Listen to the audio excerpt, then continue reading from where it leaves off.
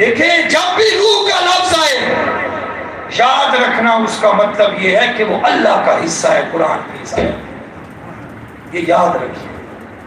روح کے لفظ کو سادہ مت لیجیے گا۔ روح اگر حاکم نہیں ہے آپ اللہ کی قدر نہیں کر رہے۔ جب اللہ کا حصہ وہ حاکم نہیں ہے آپ کے جسم کی خواہشات کے اوپر تو آپ اللہ کی ناقدری کر رہے ہیں۔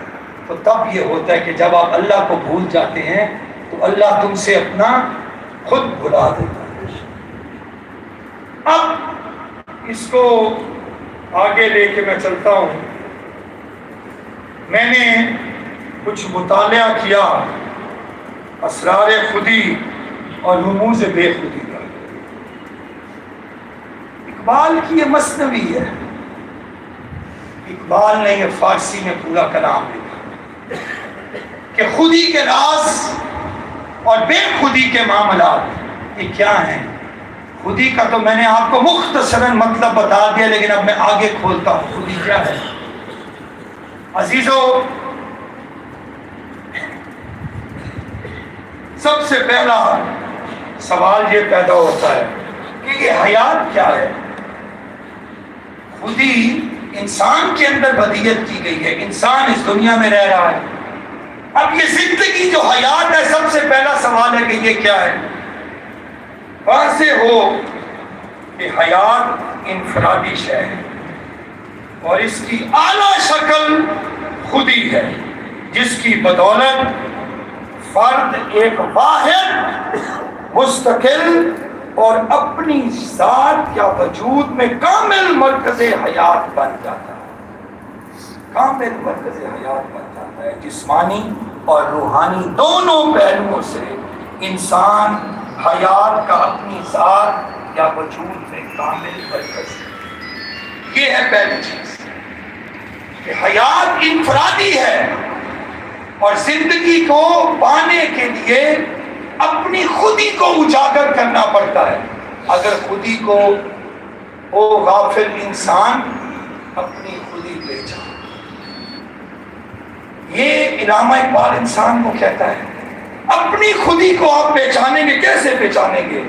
لیکن وہ اس وقت تک سب سے پہلے حیات کو پہچاننے کے لیے فرد کامل بننا ہے، لیکن فرد کامل تب تک نہیں بن سکتے جس قدر اسے خدا سے دوری ہوگی اسی قدر آپ اپنی خودی سے دور ہوگی۔ اچھا، کیونکہ مکمل انسان وہی ہے جس کو اللہ کا قرب، لیکن اس کی قربت کا یہ مطلب نہیں ہے۔ اب یہ فکرہ آپ کو بڑا چھوٹا لگے گا، میں نے بھی اس کو سمجھنے کے لیے بڑی دیر لگائی۔ سنیں غور سے عزیزو، اللہ کی قربت یعنی کہ اب تک ہم نے پڑھا کہ اللہ کی قربت جو پائے گا وہ فرد کامل بنے گا، جو فرد کامل بنے گا وہ زندگی کو پا لے گا۔